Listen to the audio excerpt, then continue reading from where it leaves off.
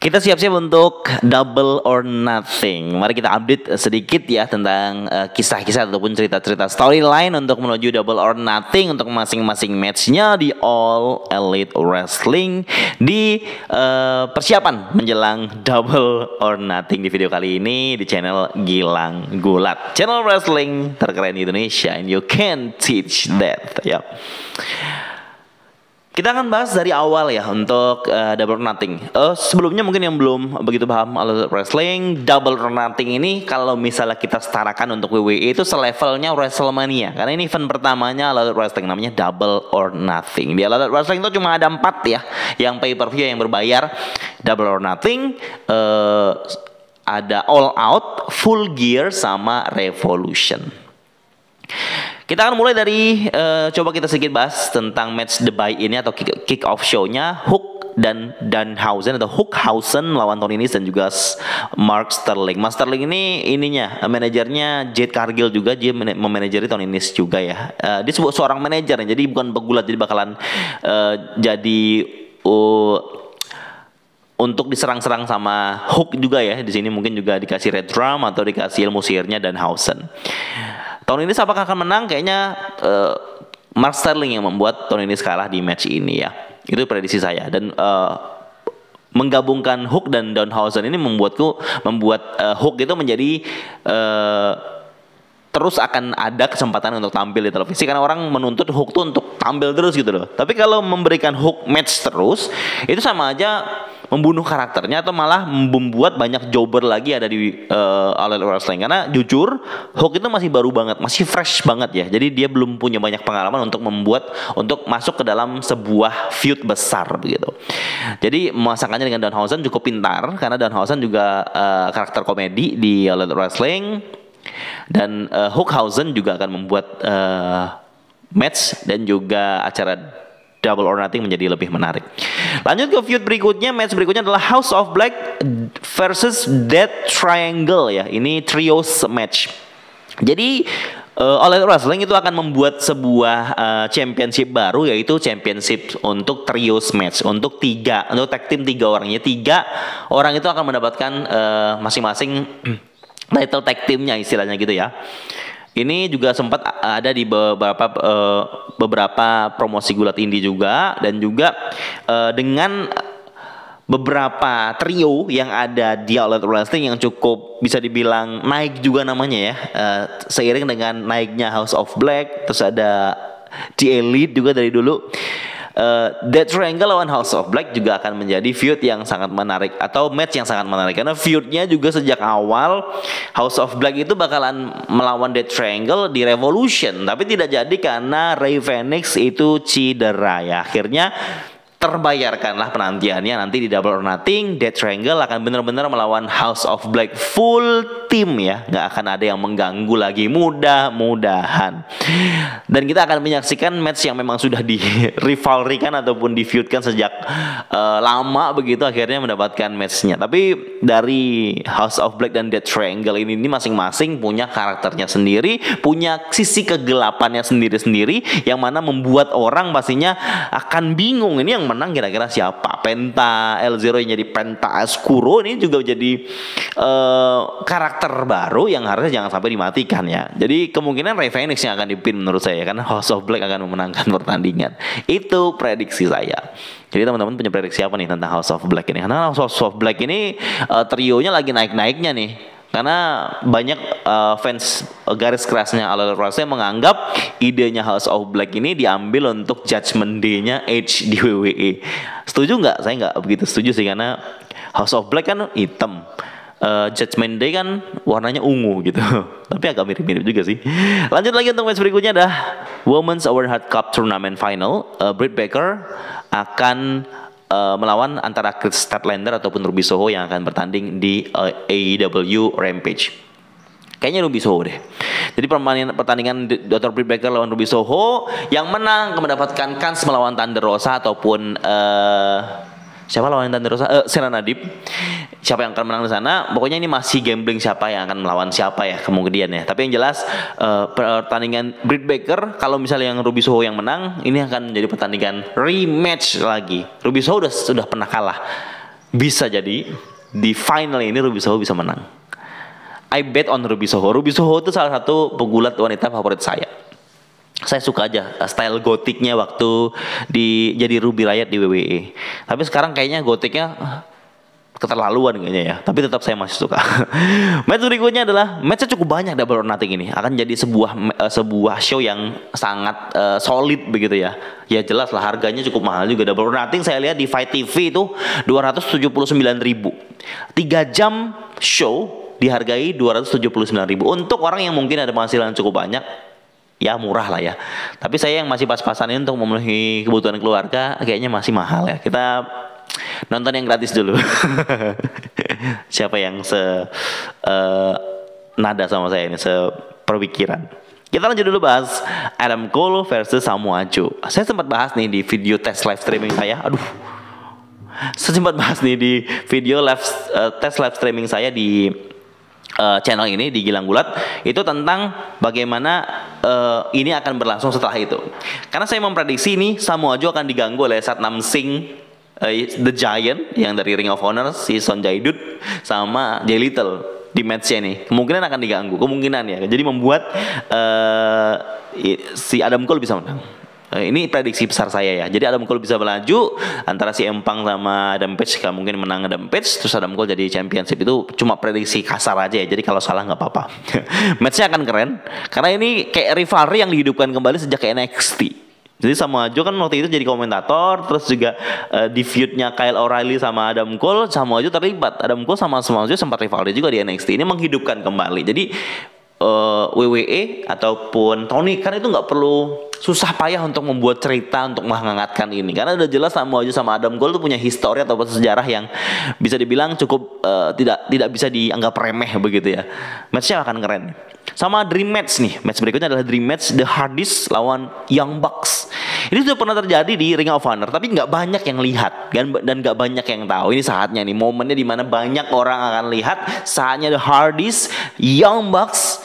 Ini salah satu dua tag team saudara kandung yang dua-duanya mendominasi. Tapi yang satu legend ya sampai saat ini, living legend. Yang satunya ini diejek oleh Hardys kalau itu adalah Hardys cosplayer, orang yang meniru Hardy Boys begitu. Tapi Dream Match pastinya Young Bucks, kita tahu kalau Young Bucks tuh kalau mau punya match pasti nggak mungkin jelek matchnya Young Bucks. Apalagi ditambah Jeff Hardy, Matt Hardy, The Hardys, akan ada ladder pasti. Akan ada ladder terlibat di sini, saya yakin ya. Akan matchnya no disqualification atau apa belum tahu. Yang jelas ini dream match yang jangan sampai terlewat. Hardys, Young Bucks. Banyak banget match-match keren. Sayangnya mungkin akan overshadow begitu ya. Yang saya sangat menantikan itu. Kemudian match berikutnya adalah 5 lawan 5 Anarchy in the Arena. Anarchy di Arena. Ini tadinya cukup diberikan saran untuk Chris Jericho, kita kan 5 lawan 5 di Stadium Stampede yang ketiga, dipotong sama Jon Moxley. Kita nggak akan melakukan itu masa-masa zaman pandemi katanya begitu. Akhirnya dipilih sama Moxley. Oke, kita main di arena aja, Anarchy in the Arena, apapun namanya mau disebut katanya. Pokoknya kita akan brawl habis-habisan. Ini pasti match hardcore lah istilahnya. Cuma namanya biar keren aja, di Anarchy di Arena. Akan banyak hal pasti akan terjadi. Orang member atau pegulatnya akan masuk ke pelosok-pelosok penonton begitu. Semua hal di lingkaran itu akan, di ring itu akan digunakan. Ini akan jadi match yang sangat seru dan kita bingung mau menyaksikan yang mana. Syukurlah kita penonton TV ya, penontonnya di layar. Jadi kita tahu kameranya yang mau kemana, ya udah kita nonton yang ada di kamera. Kalau di venue agak susah, agak bingung gitu ya, mana action yang mau ditonton nih. Dan tapi agak sedikit kelihatan nih kalau misalnya di grupnya yang face yang ada Blackpool Combat Club sama Eddie Kingston, Santana Ortiz, itu kelihatan pecah dari awal waktu promonya Chris Jericho di minggu lalu. Pas sentuhin match ini itu si Eddie Kingston sama Bryan itu masih belum akur. Mereka kan pernah termasuk dalam satu feud yang cukup oke waktu itu. Masih ada dendam nih di hati mereka. Dan ini akan jadi bumerang sendiri loh untuk tim face lah. Ini bisa jadi dimenangkan oleh Chris Jericho, Precision Society, karena mereka semua kompak, semua mendukung Jericho. Lanjut ke match berikutnya, TBS Women's Championship, Jade Cargill champion versus Anna Jay. Ini match yang hanya untuk mengisi-ngisi kesempatan Jade Cargill untuk bertanding. Itu pendapat saya. Jadi saya tidak begitu memikirkan match ini. Alah, ini match gitu doang. Akan jadi match yang gitu doang gitu, karena Jade Cargill mungkin masih akan mempertahankan championshipnya. Match berikutnya, MJF versus Wardlow. Ini MJF melawan Wardlow ya. Jadi stipulationnya kalau Wardlow menang, Wardlow akan dilepas dari kontraknya MJF. Jadi dia tidak akan lagi bergantung dengan MJF. Wardlow akan jadi solo karir, akan menjadi pegulat single dengan feud baru nantinya, dan akan punya entrance lagi, atau musik entrance-nya akan kembali lagi begitu. Dan di feud ini kita tahu ya, sejak awal MJF Wardlow itu sudah dipupuk saat MJF sedang feud dengan Ciampang saat itu. Dan puncaknya pada saat Wardlow itu memberikan cincinnya kepada si Empang. Naruh di ring aja, tapi kayaknya untuk memberikan ke si Empang. Jadi menang di match Revolution itu, dog collar match. Ini membuat MJF dendam. Dia menghukum Wardlow, merumahkannya, terus akhirnya memberikan kesempatan Wardlow untuk datang. Karena pas Wardlow dirumahkan itu Wardlow datang terus. Akhirnya dia kasih kesempatan Wardlow datang, oke lah. Tapi dia harus untuk melakukan atau bertanding dengan persyaratan yang sudah diberikan oleh MJF. Akhirnya sudah disepakatilah persyaratannya apa, karena selama itu si Wardlow datang tanpa musik, datang di borgol terus begitu ya. Pokoknya treatmentnya kayak prisoner, kayak tahanan begitu, untuk bisa masuk ke arena dan bisa bertanding. Sampai di puncaknya MJF meminta untuk Shawn Spears untuk bisa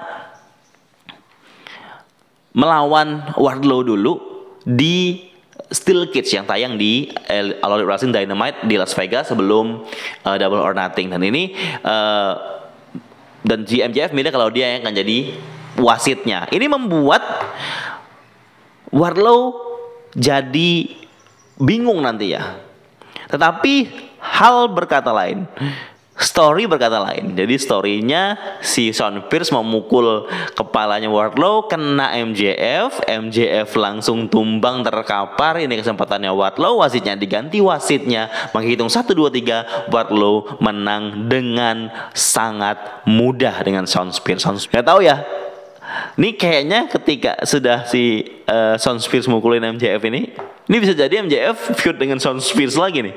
Ini kita nggak tahu nih mau kemana nanti arahnya ya.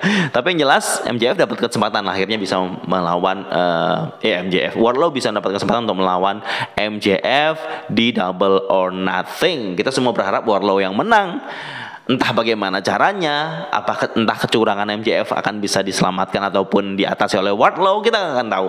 Tapi apakah saya bisa memprediksi? Tidak tahu ya. Kayaknya MJF versus Wardlow kayaknya cukup sulit untuk diprediksi. Tapi sepertinya ini akan sama feud-feudnya lainnya MJF. Biasanya di partai puncak MJF kalah lagi. Kita lanjut match berikutnya. Ini Triple Threat Tag Team Championship, yaitu Jurassic Express, Jungle Boy and Luchasaurus versus Team Taz, Ricky Starks, Powerhouse Hobbs melawan Keith Lee dan Swerve Strickland. Ini triple threat dari Tag Team Championship kemungkinan akan pindah tangan. Ini saya punya gambaran atau mungkin sedikit perhitungan saya ya. Karena Jungle Boy ini sudah kayak ada sedikit intrik ataupun konflik emosional dengan Christian Cage yang jadi temannya selama ini. Ini kemungkinan besar akan ada feud lagi setelah ini. Christian Cage akan mungkin mengkhianati Luchasaurus dan Jungle Boy di match ini, karena dia akan datang kan menyaksikannya untuk match ini. Gak tau lah akan seperti apa, tapi saya punya sedikit insting lah ya, kalau kayaknya Christian Cage akan mengganggu match ini, akan mengkos Jurassic Express title-nya, dan akan berpindah di antaranya si Ricky Starks, Powerhouse Hobbs atau Keith Lee dan Swerve Strickland. Karena sempat beberapa kali Christian Cage itu menunjukkan kalau dia akan kayak mau mukul gitu loh, kayak mau marah, ataupun Jungle Boy juga kayak bingung gitu loh, kayak kok Christian Cage seolah dia yang memimpin begitu. Kayak dia yang membuat keputusan begitu. Mungkin teman-teman yang menyaksikan All Elite Wrestling kayak melihat ini, kayak ada poin di situ ya. Ada poin di mana Christian Cage ini kayak bisa jadi yang berkhianat. Tentang siapa lagi menurut saya yang akan menang nih? Apakah Ricky Stark sama Powerhouse atau Kid Lee sama Swerve? Wrestling akan jadi Swerve House. Kita akan tahu sampai kita tahu nanti ya. All Elite Wrestling Women's World Championship, Thunder Rosa, the champion versus Serena Deeb. Sedikit saya kulik lagi ya, karena Thunder Rosa ini semenjak dia menang lawan Britt Baker, tidak ada match yang signifikan yang dilakukan untuk defend championship-nya. Itu menurut saya. Jadi, dan sering banget dia muncul di episode Dynamite ataupun Rampage hanya ngomong doang. Atau hanya promo dikit-dikit doang gitu loh.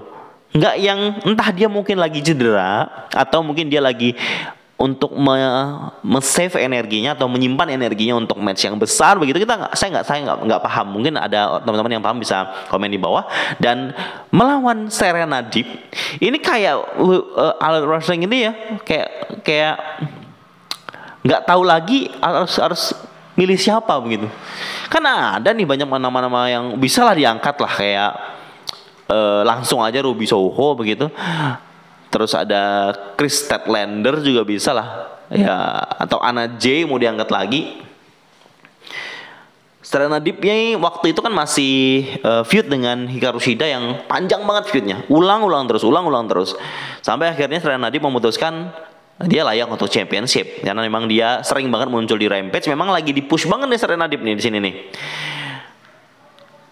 Lawan Thunder Rosa untuk Double or Nothing, saya rasa pertandingannya akan cukup oke lah.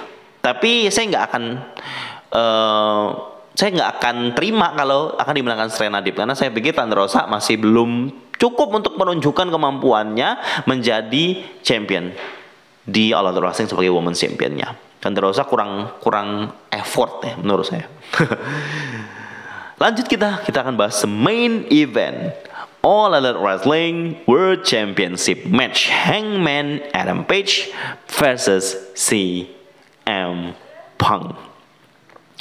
CM Punk perjalanannya dari awal masuk All Elite Wrestling lawan lawan orang pegulat-pegulat muda sampai puncaknya dia lawan MJF, feud yang besarnya.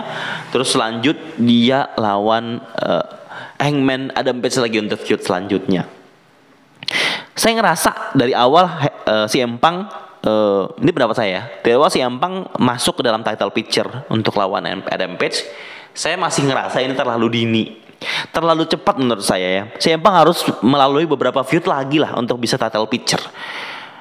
Jadi dengan dia masuk title picture yang menurut saya cukup dini, ini saya jadi berpikir CM Punk nggak akan menang lawan Adam Page karena CM Punk belum lama. Saya cukup kecewa nanti ketika CM Punk yang menang. Walaupun saya suka sama CM Punk ya, saya senang banget sama CM Punk, tapi CM Punk masih belum cukup lama untuk dapat feud selanjutnya untuk bisa jadi title picture atau bahkan memenangkan World Championship All Elite Wrestling. Jadi prediksi saya Hangman Adam Page akan retain, akan memenangkan championship-nya lagi, terus menyudahi feud-nya dengan CM Punk, atau bahkan melanjutkan feud-nya dengan CM Punk, karena setelah itu akan ada match melawan pemenang Owen Hart Foundation Tournament ini ya. Entah siapa pemenangnya nanti, akan feud lagi lawan sama Adam Page. Apakah Adam Page akan lawan Adam Cole lagi terus Adam Cole jadi championship-nya? Itu gambaran saya aja ya. Kalau salah ya mohon maaf, namanya juga prediksi. Tapi setelah ini kemungkinan ada match tambahan, karena match sudah banyak banget, kita coba hitung ya, dari kick off ya, 1, 2, 3, 4, 5, 6, 7, 8, 9, 10, 11 match dalam show 3 jam Double or Nothing. Apakah worth it dengan harga 279.000? Worth it lah ya, sangat-sangat worth it itu untuk penggemar gulat profesional garis keras dan yang punya uang.